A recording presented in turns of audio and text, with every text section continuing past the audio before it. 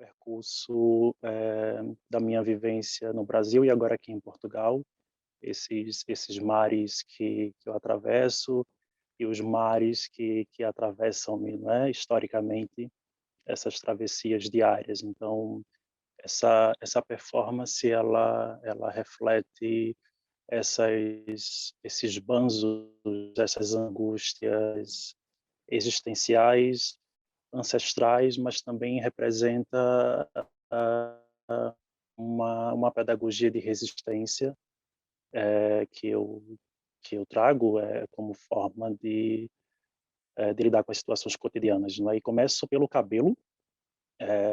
Patrícia, eu estou aqui falando, mas se alguém tiver pergunta no chat, não é claro que essa conversa seria diferente se fosse ao vivo, não é? Mas aqui é um desafio interessante também estarmos, então quem eu não queria estar aqui no monólogo falando sozinho, então quem quiser também entrar, interagir, eu acho que esse espaço é um espaço para falarmos, não é? E essa dinâmica para mim fica mais interessante. Mas eu vou aqui falar um bocadinho desse processo de criação e também de coisas, de outras questões que ficaram, que estão por trás, né, da performance, como ela nasce, não é? Eu nasci em Olinda, nasci em Recife, mas fui criado em Olinda, que é uma cidade colonial. Olinda foi construída imitando o bairro Alto de Lisboa, então é uma cidade construída em cima de 7 colinas, não é? E tem toda essa característica colonial, né? Mas antes essa cidade ela era inscrita pela Marinha dos Caetés da tribo indígena que ali vivia, que foi dizimada. Então eu trago essa história também de reparação. Então esses fios é uma forma que liga-me à comunidade indígena que foi retirada da cidade, que foi e também a comunidade africana, não é? Então, essa performance ela fala de um contexto da comunidade Beira Rio, que é uma comunidade segregada na periferia de Olinda, no bairro de Casa Caiada, uma comunidade que historicamente sofre com enchentes, enchentes ancestrais, enchentes que são reflexos de todo o processo de colonização da cidade de Olinda, quando os portugueses ali chegaram, além de dizimar as comunidades indígenas e trazerem, raptarem pessoas de África e torná-las escravas para a construção dos engenhos de cana-de-açúcar, o processo já começa construído em cima de um racismo ambiental, porque foi completamente desrespeitado a relação pacífica e a relação de respeito que a comunidade marinha dos Caetés tinha com a cidade, não é, antes de ser nomeada Olinda, e esses engenhos, esse açúcar amargo, foi construído em cima dos mananciais da cidade. E eu venho dessa comunidade onde antes existia um rio, onde antes existiam muitos cajueiros, e também manguezais que foram todos soterrados para esse processo de colonização português. E falo dessa vivência através do pequeno salão de beleza de minha mãe, que é um salão que não mais existe, um salão que foi levado por essas enchentes. Então, essas memórias do cabelo nascem dessa minha experiência, uma criança, um miúdo, criança pequena, que vivia a admirar a minha mãe, as suas clientes, e todo o processo de cuidado com o cabelo, e que para mim sempre foi uma dualidade muito complexa viver nessa relação, porque acompanhava minha mãe naquele salão de estética e admirava os cuidados, todo o trabalho em torno do cabelo, mas não podia deixar o cabelo crescer, porque dentro desse contexto também do salão de beleza, não é, eu escutava muitas angústias, muitas alegrias também, mas lembro que era uma queixa, né, em relação ao cabelo crespo, ao cabelo afro, e a minha mãe também nunca teve muita paciência com o meu cabelo, então Eu, enquanto criança pequena, não podia deixar o cabelo crescer por ser crespo e por minha mãe não ter paciência de cuidar, então era mais conveniente cortar. E também por uma questão sexista, uma questão homofóbica que ainda hoje está no discurso dessa minha comunidade, da comunidade onde eu vivi, mas não só, né, no país inteiro, e é uma reverberação desses apagamentos, né? Então, enquanto menino também eu não podia ter cabelo grande, né? Não podia deixar o cabelo crescer. E a minha mãe, por conveniência e por pressão externa, eu me lembro muito que na escola, né, no ensino primário e secundário, a pedagogia da escola era que eu cortasse o cabelo com o motivo dos piolhos, né? Então eu cresci muito sempre essa negação, né? Então quando o cabelo crescia tinha que se cortar. E esse era o modelo para os rapazes, né, para os meninos. Eu lembro que havia um modelo na época de corte de cabelo que era estilo Ronaldinho, e na época o Brasil havia ganhado a Copa. Estou falando de o Brasil havia perdido em 98, mas depois em 2002, né, o modelo do Ronaldinho se tornou popular. Então era o modelo que prevalecia entre os meninos negros, sobretudo os meninos negros. E as minhas primas, as mulheres negras, as meninas negras, eram levadas ao alisamento, né? Então eu falo desse contexto pedagógico da escola que convoca, que ordena minha mãe que corte meu cabelo com medo do piolho. E aí também já tem uma outra camada da classe, porque da comunidade que eu venho é uma comunidade segregada, uma comunidade marcada historicamente por exclusões, por violências, não é, historicamente, e para eu chegar nessa escola foi através de políticas públicas, não é? Então é uma escola que não era para mim, não era suposto eu frequentar aquela escola, e essas tentativas da branquitude, uma escola branca, eu era o único aluno negro na sala e algumas vezes também da escola inteira, então sempre era marcado como aluno negro, o aluno da comunidade, o aluno periférico, então carregava essas marcas, né? E uma forma da escola controlar a minha negritude, a minha afirmação enquanto menino negro era através do corte do cabelo. Eu vinha sempre com essa desculpa do piolho, e que não tinha piolho, não é? E a minha mãe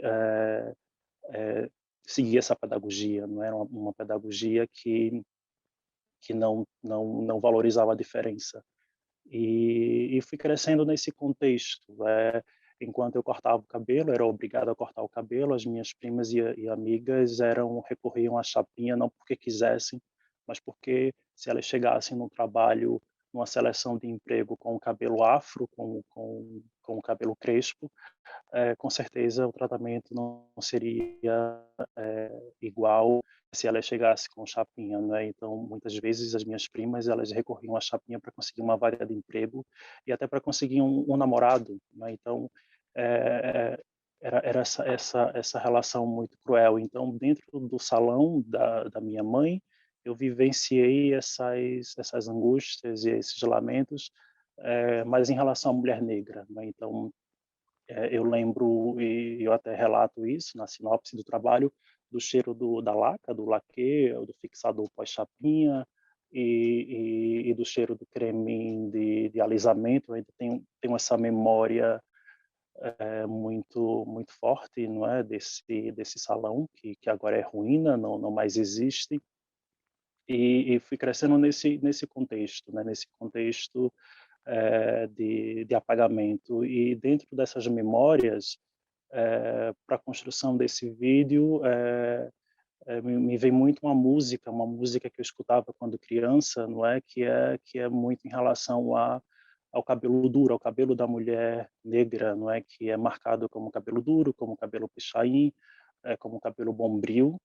E nesse contexto do cabelo bombril, né, aqui fazer uma menção ao trabalho da Priscila Rezende, que é uma artista de Minas Gerais, que realizou a performance bombril, em que ela lava panelas de aço com seu cabelo.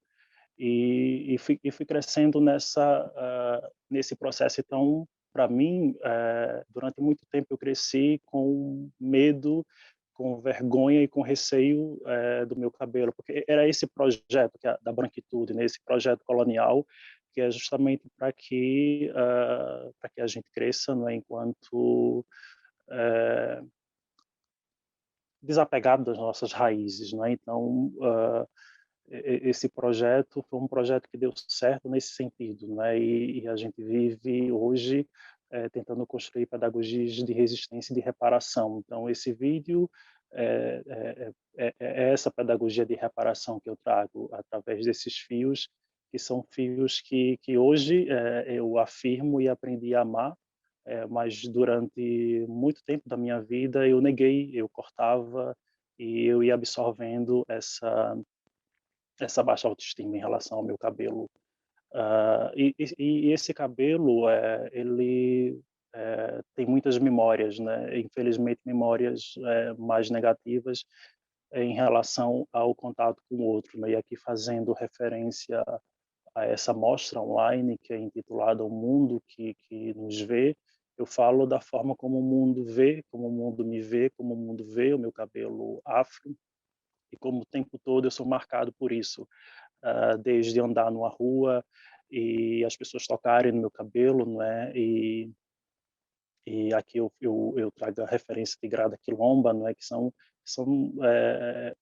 racismos cotidianos, que eu, por exemplo, não vejo uma pessoa branca tocando no cabelo de uma outra pessoa branca, não é? Mais do contrário, e isso, uma pessoa branca tocando no cabelo de uma pessoa negra, mas sempre com esse olhar do exótico, né? Então, são várias experiências cotidianas, né, que o Maurício Igor, na sua performance Não Toque, ele vai chamar a atenção para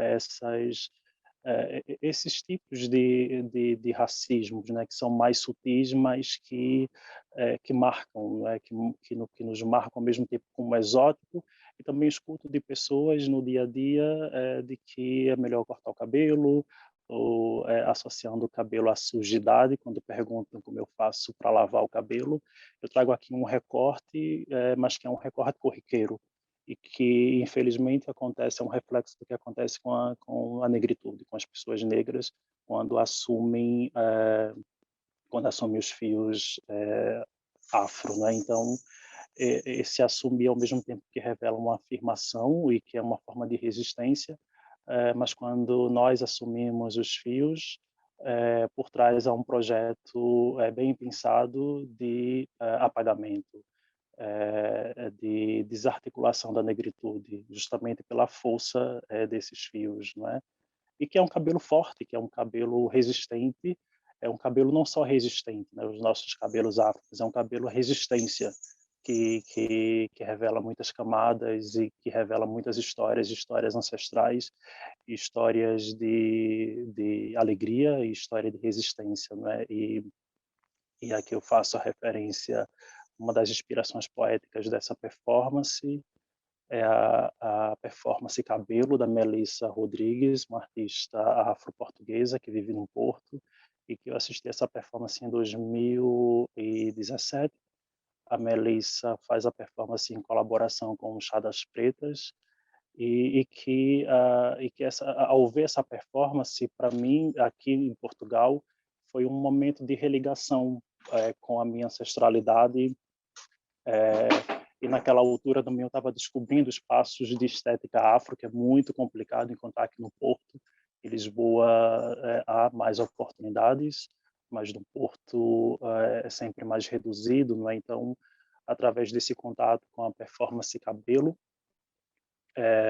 há essa referência, não é? Na performance que eu faço. É, e o 4A, 4B, é justamente da hierarquização, né? Eu me lembro que no salão da minha mãe já havia muito isso marcado, né? O cabelo 1, que é o cabelo liso, e o cabelo 4, que é o cabelo crespo, né? Mas a hierarquia que é criada é uma hierarquia racista, né? Ou seja, na base da pirâmide está o cabelo 4C, que é o cabelo crespo. E esse cabelo 4C, esse cabelo crespo, é marcado como um cabelo ruim, como cabelo com menos possibilidades e, ao mesmo tempo, com menos produtos no mercado, enquanto o cabelo 1, cabelo liso, ele está lá no topo da pirâmide como cabelo ideal. E são referências que estão presentes em vários universos, né? Eu trabalhei durante muito tempo como modelo e, e, e lembro que muitas vezes para conseguir um trabalho nos castes as pessoas me aprovavam, mas com a ressalva de mas esse cabelo e por outro lado eu deixava era reprovado nos castes por causa do cabelo. Então vários trabalhos eu só fiz porque tive que aderir ao corte do cabelo para conseguir aquele trabalho, porque não tinha privilégio de dizer não, e por outro lado com o alisamento, com a chapinha. Então fui sempre levando com essas, porque na estética capilar é dessa forma que os profissionais do cabelo veem e nos marcam em vários. Por outro lado, eu falo também de um privilégio, porque eu coloco que o meu cabelo ele é classificado, ele é marcado como 4A e 4B, o que me coloca num privilégio em relação ao cabelo 4C. E esse privilégio eu senti muito forte quando me concorri ao concurso Mister Black Portugal, em que tive um tratamento diferenciado dos outros colegas modelos que participavam desse concurso com o cabelo 4C. Então, me lembro que quando terminou o concurso, uma das pessoas, um dos membros do júri, veio até mim, tocar no meu cabelo e com essas palavras disse-me que veio tocar no meu cabelo para confirmar se era mais afro, mais europeu. E a performance ela é um grito de uma queixa também a esses acontecimentos, né? Uh, a esses espaços, a esses racismos cotidianos, não é? Então a performance ela começa com esse desembaraçar e esse desembaraçar revela essas experiências. Eu fiz aqui um recorte de 3 experiências que aconteceram no Porto, mas há muitas experiências que não dá para se falar no vídeo, não é? Também experiências que eu vou catalogando através de entrevistas que eu faço com pessoas negras em Porto e Lisboa, que é a mesma história contada por cima, né? Então é uma repetição que marcam os nossos corpos, as nossas peles e os nossos cabelos.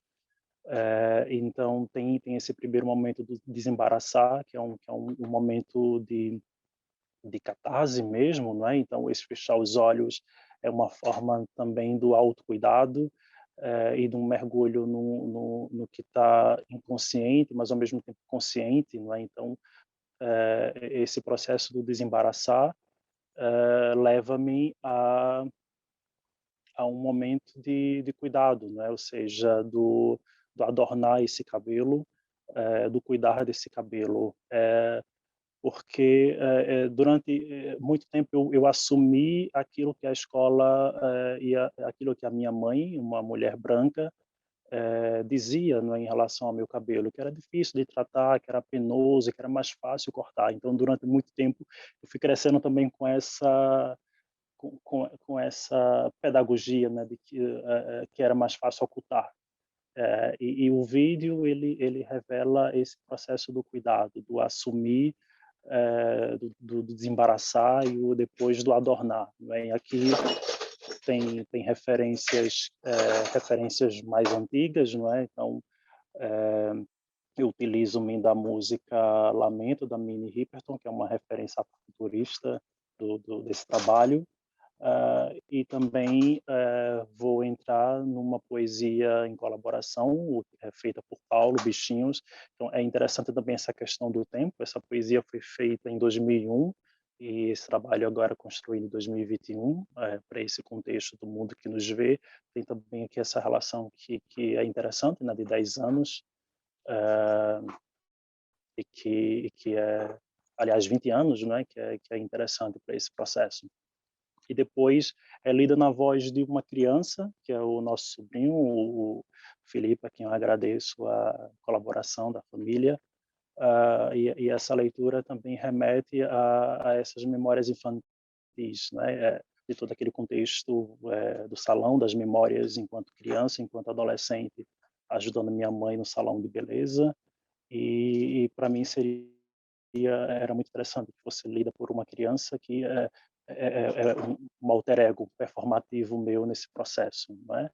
E e depois entra a música, tem duas músicas, né? Duas músicas que eu tinha pensado, uma que é dos anos 90, que eu sempre levei com ela, e era uma música que era um hit dos carnavais dos anos 90 no Nordeste, depois popularizou pelo país inteiro, que é o Nega do Cabelo Duro, que não gosta de pentear, que é da banda Fricote. Então aquilo foi popularizado nos anos 90, mas eu lembro que eu escutava sempre, e era sempre dirigido às mulheres negras que assumiam black. Então levavam, e ao mesmo tempo essa música Nega do Cabelo Duro, que não está no vídeo, né, eu coloquei uma versão mais antiga, que é uma outra música cantada aí por Elis Regina. Mas a nega do cabelo duro que não gosta de pentear, dos anos 90, revela também essa hipersexualização com o corpo da mulher negra, não é, que a objetificação pelo olhar masculino. E a música que eu escolho para colocar é uma música mais antiga, mas que foi atualizada por Elis Regina no clipe de 1972. E esse clipe é bastante interessante porque revela essa relação de uma música que é cantada na Alemanha. Então é um clipe dos anos 70, 1972, em que Elis Regina canta com um coro infantil alemão, e depois a música é gravada também para o alemão, está disponível no YouTube, vocês podem ver. E que para mim aquelas vozes infantis entoando aquela música, para mim é muito forte, né? Porque a música são crianças negras e falando de uma música completamente racista. E a escolha dessa música cantada em coro é uma forma também de falar das músicas que fazem parte do imaginário que a gente canta, não é? Que a gente entoa, mas não para se aperceber do quão racistas são, não é? Então, é, essa performance ela traz essas questões. Eu não queria estar aqui falando sozinho, não sei se a Patrícia consegue aqui gerir as perguntas, se alguém quer entrar também e colocar alguma coisa, mas só para resumir, para concluir, não é? É um vídeo que revela essa minha relação com o cabelo, uma relação que historicamente foi de negação e agora revela-se com uma afirmação, com, com um desejo que esses fios teçam pedagogias de reparação. Então, é muito nesse contexto. E também, quando eu falo de pedagogia, toco muito na palavra pedagogia, que eu sou pedagogo. Então, para mim é muito importante trabalhar trabalhar essas questões também com crianças negras, e que passam por situações parecidas com a minha, de negação do cabelo.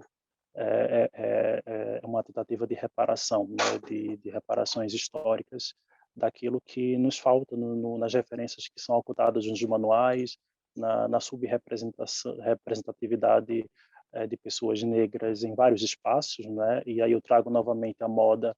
Desfilei no Moda Lisboa, mas contava nos dedos de uma mão o número de pessoas negras desfilando, contando comigo, no contexto de desfiles, e era zero representatividade, né? Eu falo da moda porque o cabelo, né, e a referência da minha mãe com a estética me faz refletir muito esse contexto do Moda Lisboa e do Portugal Fashion aqui em Portugal, que é uma atualização do que eu já vivia no Brasil, né?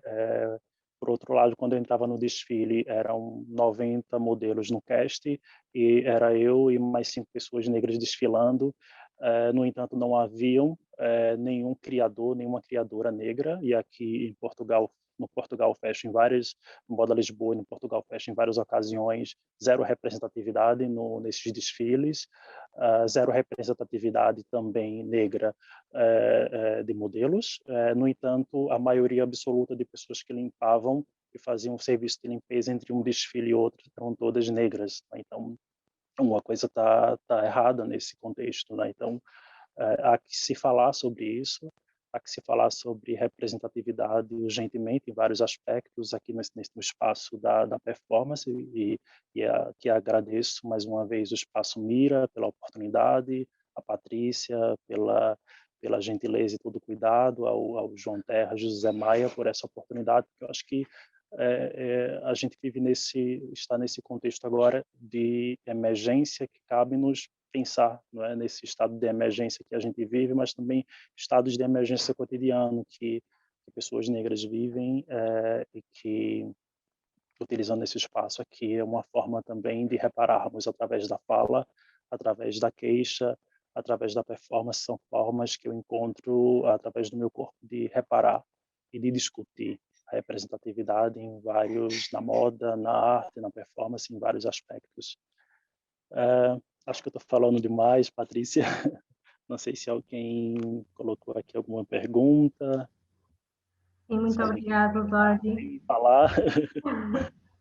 Muito obrigada, Zori, pela partilha tão íntima e tão importante, não é? Tão urgente, na verdade, trazer para o cotidiano, trazer para o dia de hoje e muito parabéns pela tua performance. Nos comentários temos algumas pessoas a dar os parabéns, a concordar realmente com alguns aspectos que estás a abordar relativamente à representatividade, ao teu contexto privado. E daqui a pouco também sei que o Paulo Emílio vai participar com a performance Santa Bárbara. Sim, o Paulo Emílio vai apresentar a performance Santa Bárbara, que é uma performance que tem também as referências do que Paulo também viveu, né? Que a minha performance e a de Paulo tem essa relação íntima com memórias infantis, né? A Santa Bárbara, ela traz memórias de assédio de uma criança que durante muitos anos da vida foi assediada e continua sendo assediada, não é, por outros meios, porque o assédio são várias formas de assédio. Então a Santa Bárbara é uma personagem que também vem reparar esses apagamentos, não é? Esses apagamentos que emudecem, não é? Que nos coloca numa posição de louco, né? Perante a família, perante a sociedade. Então, Santa Bárbara é também um vômito, é um desejo de reparação contra essas experiências infantis que infelizmente se repetem, não é? Então é uma performance musical que tem as referências autobiográficas, poéticas e que é interativa também. Então as pessoas elas podem entrar, podem falar. A ideia também é que a Santa Bárbara ouça, converse com as pessoas e haja esse momento de partilha. E como a Santa Bárbara diz, não é a oferenda. Então é uma oferenda que é partilhada, não é, entre a Santa Bárbara, a entidade e as pessoas que participam. Então, fiquem mais um bocadinho aí, a Santa está se preparando. Enquanto isso, podemos, se quiserem falar um bocadinho, lançar alguma pergunta ou entrarem também para colocar questões, não sei.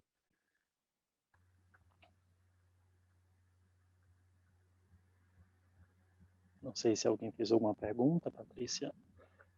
Não temos nenhuma pergunta nos comentários.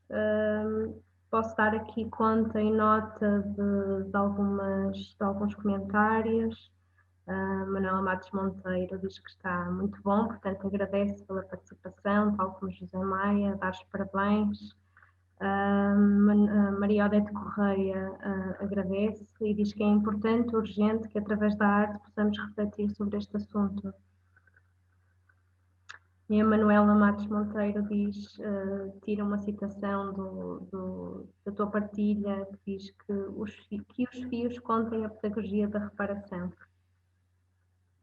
Sim, e eu aproveito aqui, a Odete falou, não é, dessa questão da importância, né, da arte enquanto um espaço que nos possibilita lançar questões, não é, e desestabilizar o estado das coisas, desconformizar, né, então pegando um pouco nisso, né, aqui eu lembro essa urgência também que os artistas têm questionado através das artes para denunciar também a subrepresentatividade nas artes performativas, né? Há um movimento através do movimento negro, através de pessoas negras que têm criado essas pedagogias de reparação para pensar também o corpo negro, a forma, e aqui trazendo referência a essa mostra do José Maia, não é?